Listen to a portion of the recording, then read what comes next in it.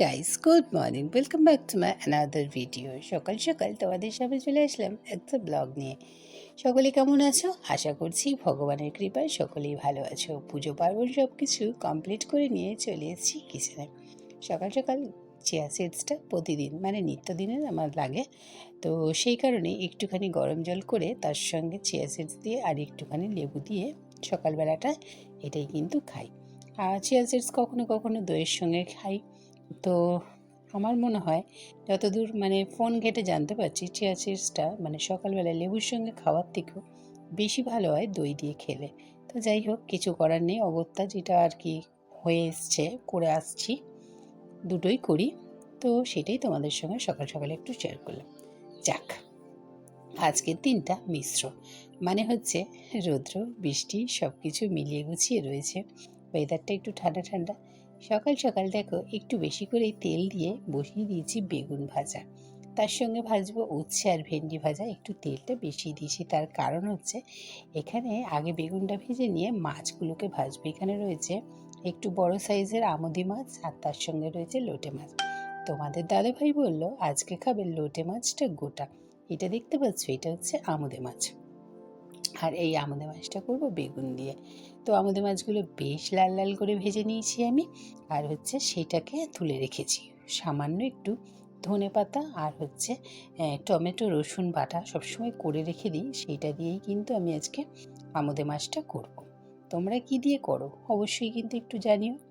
তো মাছটা করতে বেশিক্ষণ সময় লাগেনি, কারণ বেগুনটা যেহেতু ভাজা ছিল আর তো মশলা কড়াই ছিল, সেই কারণেই অতটা সময় লাগে না। আর এইটাই হচ্ছে আমার ছোট্ট একটা টিপস সকলের জন্য। সকাল সকাল আমরা প্রচুর পরিমাণে কিন্তু ব্যস্ত থাকি, তো সেই কারণে আমার মনে হয় যে একটু যদি আমরা কেটে বেটে রাখি তাহলে তাড়াতাড়ি করে হয়ে যায়। তো আমাদের মাছ দেখতে পাচ্ছ একদম সুন্দরভাবে কিন্তু তৈরি হয়ে গেছে, খেতেও কিন্তু খুব সুস্বাদু হয়েছিল। অবশ্যই ধনে পাতা টমেটো রসুন আর কাঁচা লঙ্কা বাটা দিয়ে তোমরা একটু করে দেখো, খুব ভালো হয়। এইদিকে বসিয়ে দিচ্ছি চা, তোমাদের দাদাভাই চা খাবে, তার সঙ্গে ভেজে নিয়েছি আর উচ্ছে দিয়ে ভেন্ডি দিয়ে। এইবার করব হচ্ছে কি বলো তো, লোটে মাছটা গোটা গোটা। কে কে গোটা গোটা করো গো? এখানে দেখো আদা রসুনের পেস্ট করে রাখা বললাম আগেই, তো সেইটাকে একটুখানি দিয়ে দিয়েছি। আর এইটা যেহেতু কাঁচা মাছ রান্না করব, মশলাটা একটু বেশি পরিমাণ লাগে। ছিল রাত্রের আলু সেদ্ধ, সবটাই কাজে লাগিয়ে দিই জানো তো সকাল সকাল। তো আলু সেদ্ধটা ছিল, আলু সেদ্ধটাকে কেটে ওর সঙ্গে মশলার সঙ্গে একটুখানি ভালো করে মিশিয়ে নিয়েছি। আর কি, একটু জল দিয়ে মাছগুলো দিয়ে দিলেই ব্যাস, একদম নাড়াচাড়া না করেই নামিয়ে দিতে হবে, একদম আস্তে আস্তে, মানে গোটা লোটে মাছ। তোমরা কি কেউ করো? করলে অবশ্যই কিন্তু আমাকে একটু কমেন্টস করে জানিও তো কেমন লাগলো আমাদের গোটা লোটে। দেখতে কিন্তু খুব সুন্দর হয়েছে, খেতেও ভালো হয়েছে।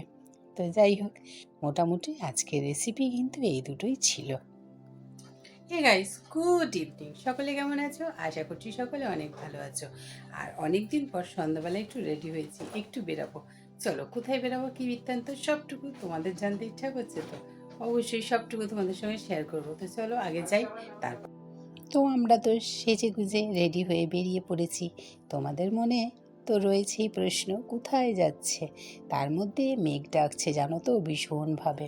তো ভাবছি রাস্তাতেই না বৃষ্টি হয়, আগেই বলেছিলাম মিশ্র দিন, মানে হচ্ছে বৃষ্টি রৌদ্র সব কিছুই রয়েছে। তো যাই হোক, মোটামুটি আমরা কিন্তু গন্তব্যস্থলের দিকে এগিয়ে এসেছি। এখানে দেখতে পাচ্ছ পুলিশের ভ্যান, মানে এখানেই হচ্ছে হ্যাঁ একটা ডিসি অফিস আছে। তো সেইখানে আমরা চলে এসেছি ফুলবাগানের কাছে। আর হচ্ছে এইটা আগে ছিল হাবিবস, এই যে স্যালনটা এখানে ছিল আগের নাম হাবিবস, এখন হচ্ছে গিয়ে হেয়ার এক্সপার্ট মনে হয় দিয়েছে। তো অতটা খেয়াল করলাম না, অ্যাকচুয়ালি বাবুর চুলগুলো অনেকটা বড় হয়ে গেছে। তো হচ্ছে গিয়ে ও হেয়ার কাট করবে বলেই এসছে, আমাকেও বলছিল বাট আমি করিনি, তার কারণটা আমি পরে বলছি।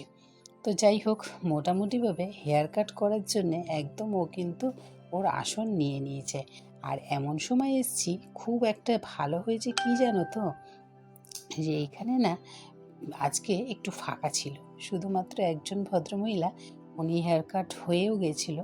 তো উনি জাস্ট দেখলাম যে মানে আমি যাওয়াতে দেখলাম যে উনি রেডি হয়ে বেরিয়ে গেলেন, নাকি আছেন ওই পাশটায়, খেয়াল করলাম না। তো যাই হোক, একজনই ছিলেন। আর এদিকে এই ভাইটা হচ্ছে গিয়ে মেয়ের হেয়ারটা কেটে দিচ্ছে।